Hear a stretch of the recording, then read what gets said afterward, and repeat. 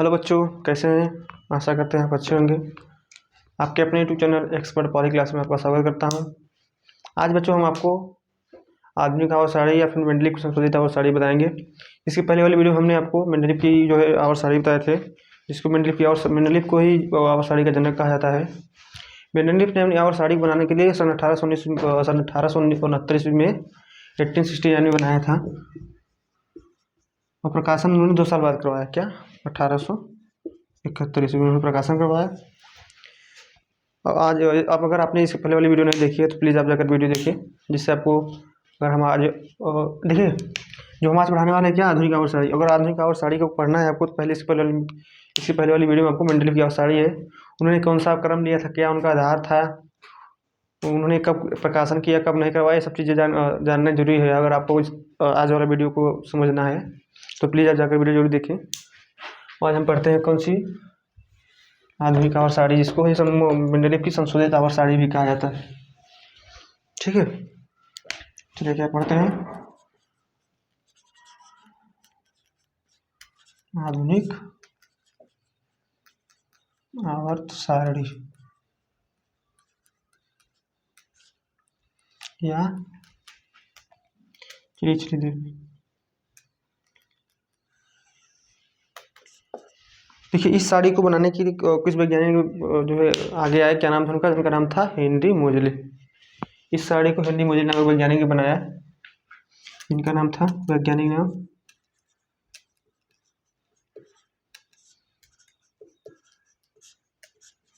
नाम हेनरी मोजले। कब बनाया? सन 1869 ईस्वी, सॉरी 1913 में। 1869 ईस्वी में तो जो मेंडलीफ ने बनाया था अपना साड़ी। ठीक है, इस आवर साड़ी को मेंडलीफ की संशोधित आवर साड़ी भी कहा जाता है। अभी मैं आपको बताते हैं आगे।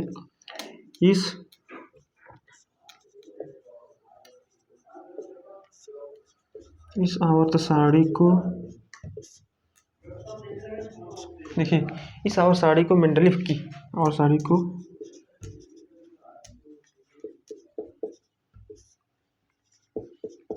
मेंडलीफ की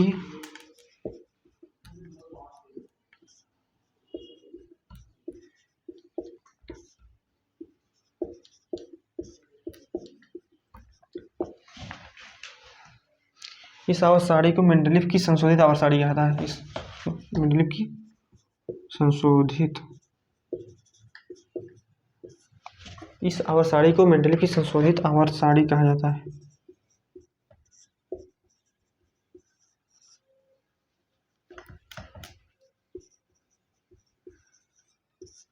ठीक है, चलिए, और साड़ी कहा जाता है। हेनरी मोजले ने अपनी आवर साड़ी में जो है उनका जो बेस था, उनका बेस क्या था? परमाणु भार था, सॉरी परमाणु क्रमांक था। परमाणु क्रमांक जो आधार था,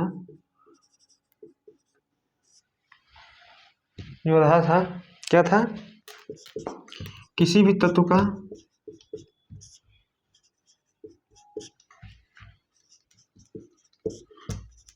भौतिक तथा रासायनिक गुण।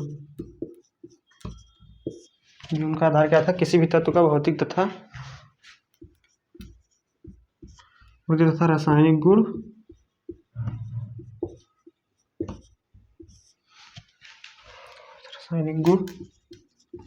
परमाणु क्रमांक था।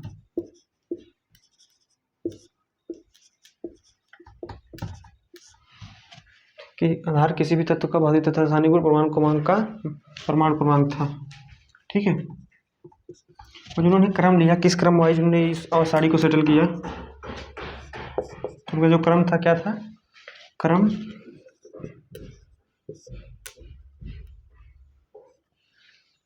था जो क्या था? परमाणु क्रमांक का बढ़ता क्रम।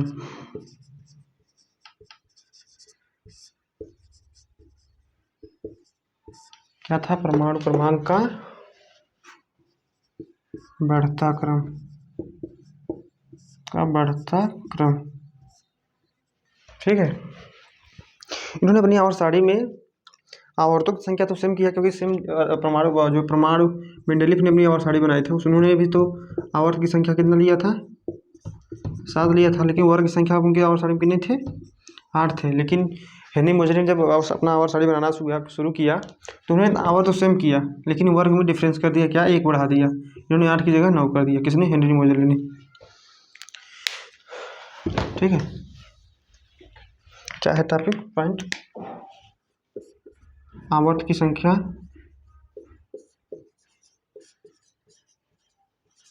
आवर्त की संख्या कितनी थी, 7 थी। लेकिन वर्ग की संख्या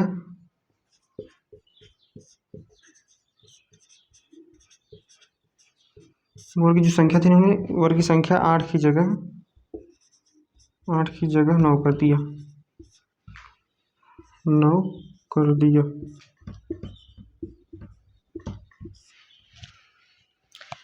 देखिए, साड़ी को मेंडलीफ की साड़ी कहा जाता है। ठीक है, देखिए जो मेंडलीफ थे उन्होंने अपनी आवर साड़ी को बनाते समय आवर्तों की संख्या कितना था, 7 लिए थे, लेकिन वर्ग संख्या 8 थी। लेकिन जब हेनरी मोजरे ने क्योंकि देखिए इस आवर साड़ी को आधुनिक आवर साड़ी भी कहा था, या फिर मेंडलीफ की ही संशोधित आवर साड़ी कहा था। इन्होंने मेंडलीफ की ही आवर साड़ी को कुछ संशोधित किया, उसको फिर हेनरी मोजरे ने अपने अनुसार फिर एक पीरियोडिक टेबल बनाया। ठीक है, नोट में देखिए, नोट यहाँ लिखिए।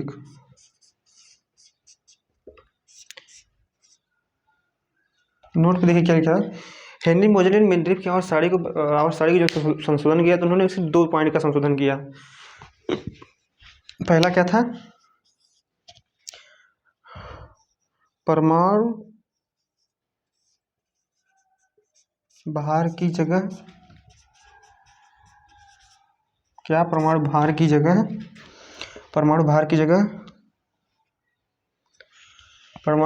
उन्होंने परमाणु क्रमांक लिया। क्या परमाणु क्रमांक लिया, ठीक। और दूसरा क्या था, उन्होंने 8 जो है वर्ग था, 8 वर्ग की जगह उन्होंने 9 वर्ग कर दिया, मतलब एक एक्स्ट्रा कर लिया। उन्होंने क्या बताया, और वर्ग की संख्या बढ़ाया।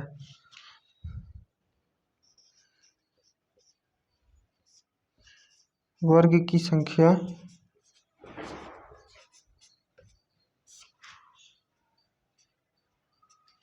ये वर्ग की संख्या थी, वर्ग की संख्या 8 की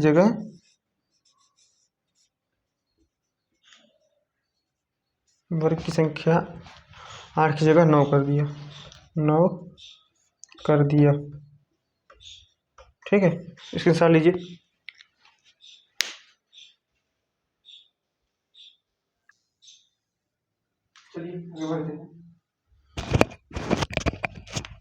चलिए आगे बढ़ते हैं। तो हम क्या पढ़ते हैं, आधुनिक प्रमाण मॉडल, जो आधुनिक पीरियोडिक टेबल था उसका क्या क्या गुण था। ठीक है, चलिए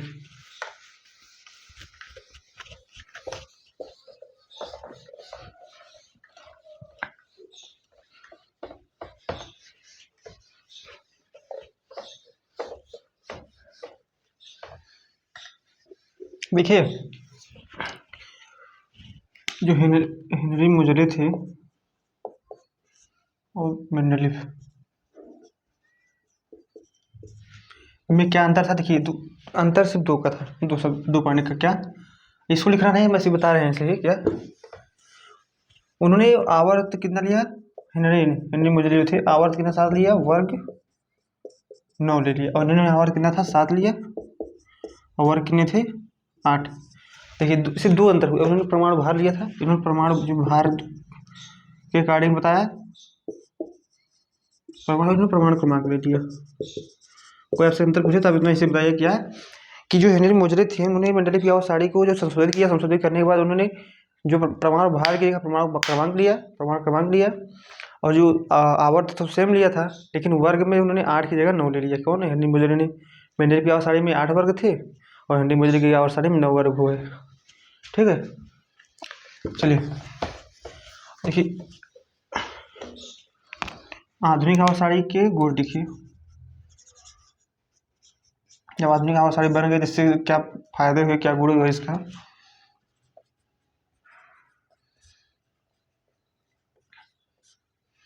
यहाँ लिखिए गुड़, क्या प्रॉपर्टी क्वालिटी गुड़। चलिए देखिए पहला क्या था,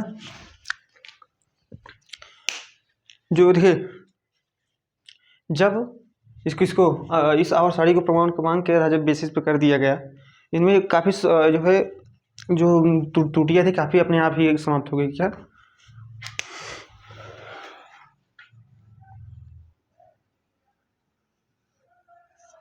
पहले क्या लिखेंगे, और साड़ी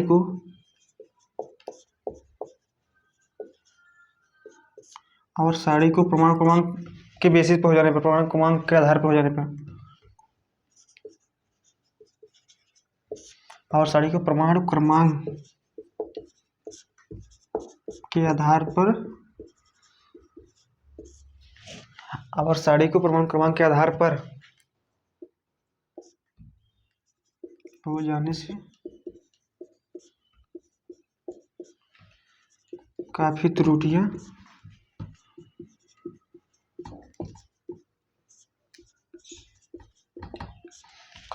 स्वतः ही समाप्त हो जाती हैं।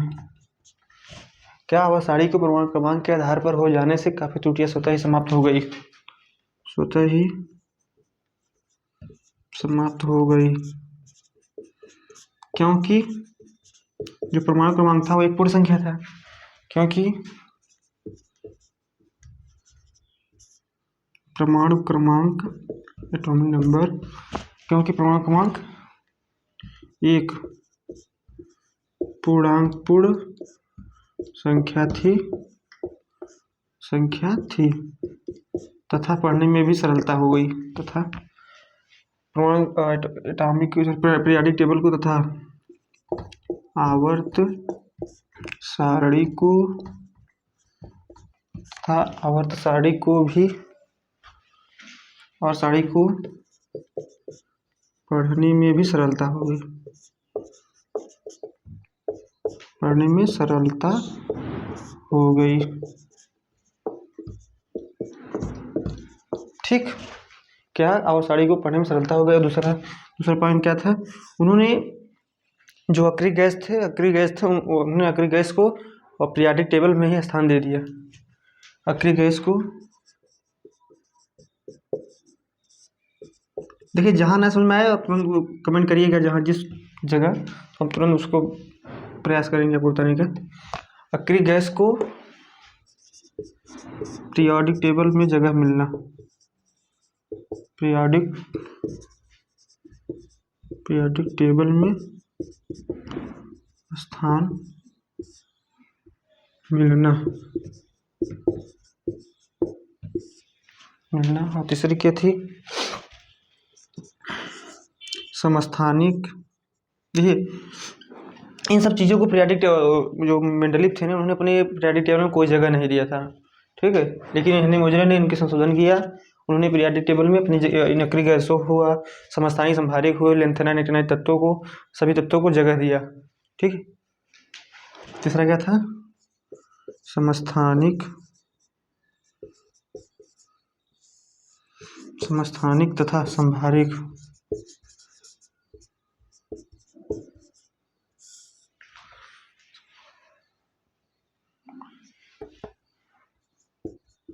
तत्वों को आवर्त सारणी में जगह देना, आवर्त सारणी में जगह देना।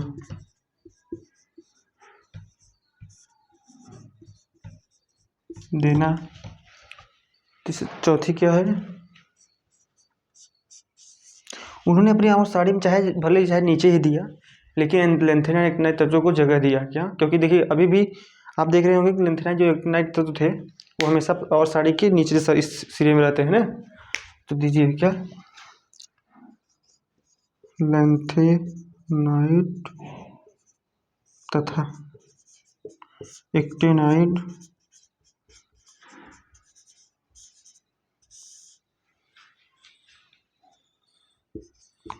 तत्वों को सारणी में नीचे स्थान देना।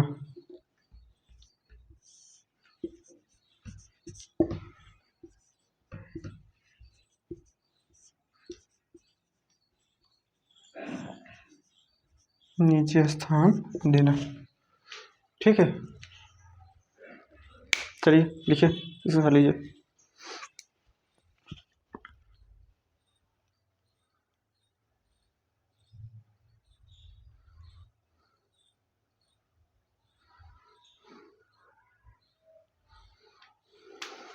ठीक है,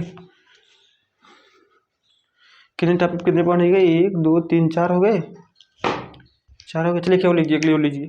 क्या? जब देखिए तत्वों को प्रमाण क्रमांक पे जब बेसिस जब हेनरी मोजर ने किया तो उन्होंने देखा कि तत्वों की एक्टिविटी सक्रियता का भी ज्ञान प्राप्त होने लगा। ठीक है, क्या देखा? तत्वों के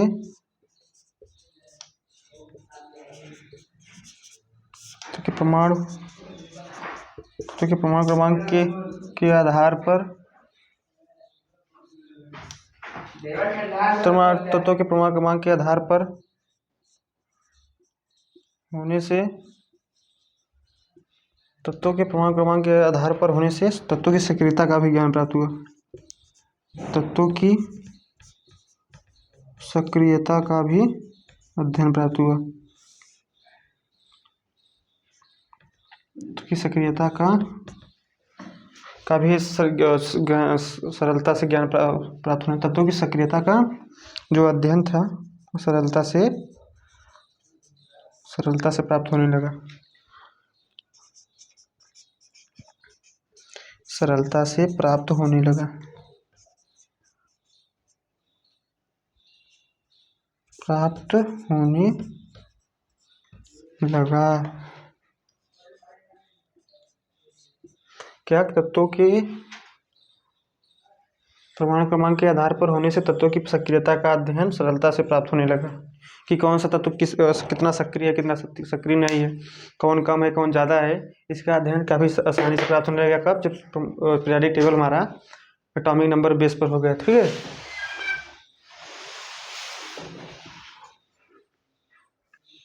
चलिए आगे बढ़ते हैं।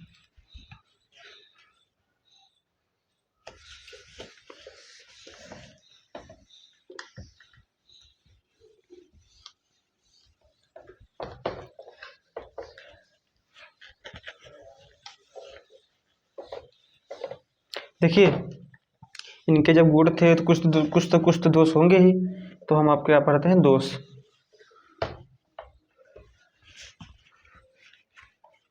आधुनिक आवर्त सारणी का जो है ध्यान देखिए, दोष क्या था? इन देखिए मेंडलीव जो थे, मेंडलीव ने भी अपनी आवर्त सारणी में हाइड्रोजन को कोई जगह नहीं दिया, मतलब कोई स्थान निश्चित स्थान नहीं किया। इन्होंने भी अपनी आवर्त सारणी में हाइड्रोजन का कोई निश्चित स्थान नहीं दे पाए। क्या? हाइड्रोजन का कोई निश्चित स्थान न दे पाना। क्या? हाइड्रोजन का कोई निश्चित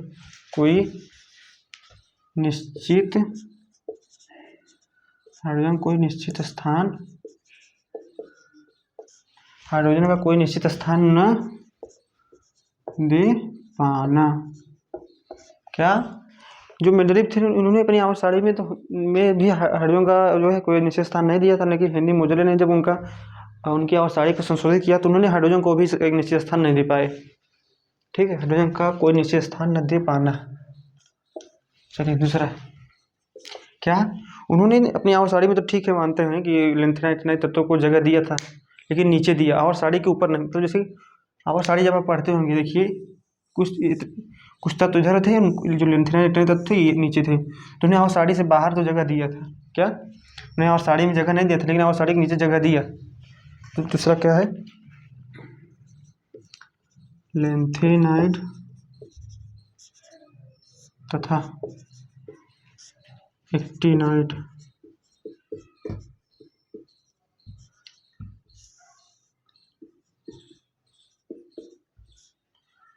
तत्वों को आवर्त सारणी में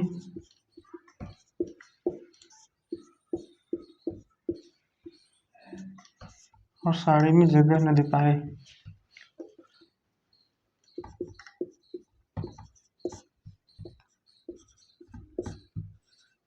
दे पाना, ये क्या थे? उनके दोस्त थे। और दोस्त क्या था दूसरा? तीसरा, उन्होंने जो तत्वों के ऑक्सीडेशन नंबर का ज्ञान नहीं बता पाया। उन्होंने क्या बताया, क्या नहीं कर पाया कि कौन सा किस तत्व का ऑक्सीडेशन नंबर कितना होता है, किसका कम होता है, किसका ज़्यादा और किसका नहीं होता है, किसका जीरो होता है। तो उन्होंने ऑक्सीडेशन नंबर को जो बता नहीं पाया, क्या ऑक्सीडेशन नंबर का, ऑक्सीडेशन नंबर या फिर ऑक्सीकरण नंबर,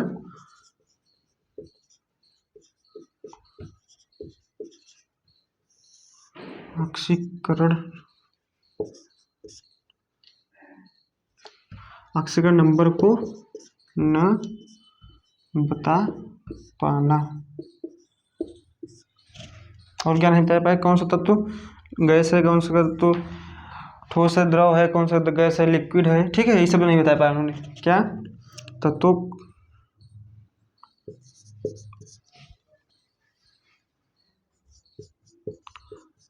के ठोस द्रव तथा गैस की ठोस द्रव तथा गैस की जानकारी न दे पाना,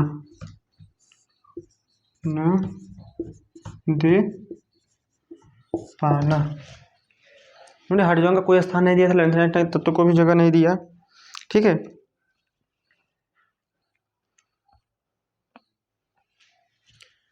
ऑक्सीकरण नंबर को भी ऑक्सीकरण नंबर को न बता पाना कि कौन सा किस तत्व का ऑक्सीडेशन नंबर कितना होता है, ठीक है, यही सब।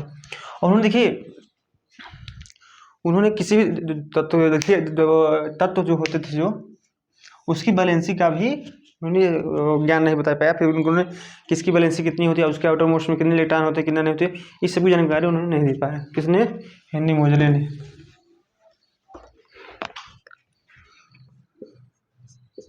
क्या तत्वों की संयोजकता की जानकारी न दे पाना, तत्वों की संयोजकता की बैलेंसी, तत्वों की संयोजकता या फिर बैलेंसी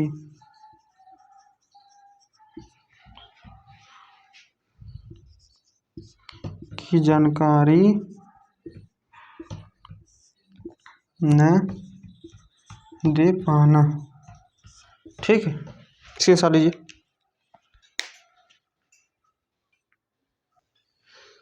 ठीक है। चलिए आगे बढ़ते हैं।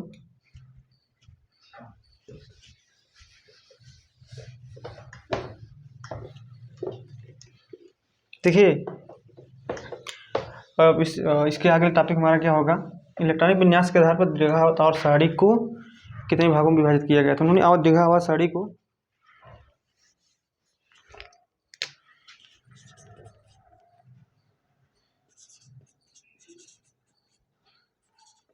दीर्घाकार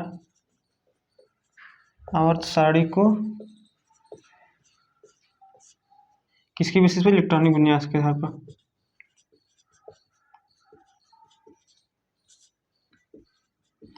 इलेक्ट्रॉनिक विन्यास के दीर्घाकार आवर्त सारणी को उन्होंने इलेक्ट्रॉनिक विन्यास के आधार पर 4 भागों में विभाजित किया, 4 ब्लॉक में विभाजित किया, जिसमें हम